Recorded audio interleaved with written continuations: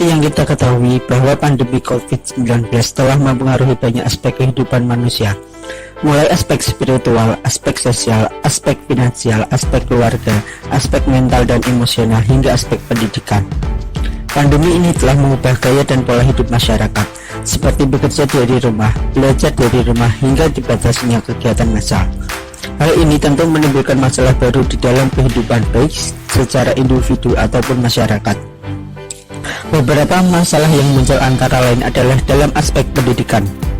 Proses pembelajaran yang dilakukan dengan daring tentu saja menimbulkan masalah baru bagi peserta didik. Peserta didik yang belajar tanpa adanya kontak langsung dengan guru membuatnya kesulitan untuk memahami materi yang diberikan. Ditambah lagi banyaknya tuntutan dari pengajar serta hambatan-hambatan seperti keadaan ekonomi keluarga yang kurang mencukupi sehingga tidak terdapat fasilitas yang memadai. Situasi seperti ini bukan situasi yang menyenangkan dan menimbulkan dampak tersendiri bagi setiap individu. Terdapat individu yang mampu melaluinya dengan sikap positif, dan ada pula individu yang justru terpuruk hingga mengalami masalah kesehatan mental. Individu yang melaluinya dengan sikap positif dan tetap optimis inilah individu yang dengan pribadi yang resilient. Resilient, apa itu resilient? Resilient atau resiliensi adalah kapasitas seseorang untuk merespon secara sehat dan produktif ketika menghadapi kesulitan atau trauma, di mana hal tersebut sangat penting untuk mengelola tekanan hidup sehari-hari. Bahasa sederhananya adalah keuletan dan keteguhan seseorang. Resiliensi ini dibutuhkan oleh setiap orang karena akan menjadi sumber kekuatan yang membuatnya mampu bertahan dalam kondisi apapun. Lalu bagaimana dengan individu yang terpuruk? Apakah mereka tidak mempunyai resiliensi? Punya, akan tetapi kesadarannya rendah. Individu dengan resiliensi rendah cenderung menyelesaikan sesuatu dengan mengambil jalan pintas. Misalnya, karena tidak memahami materi, dia lebih memilih mencontek pekerjaan temannya.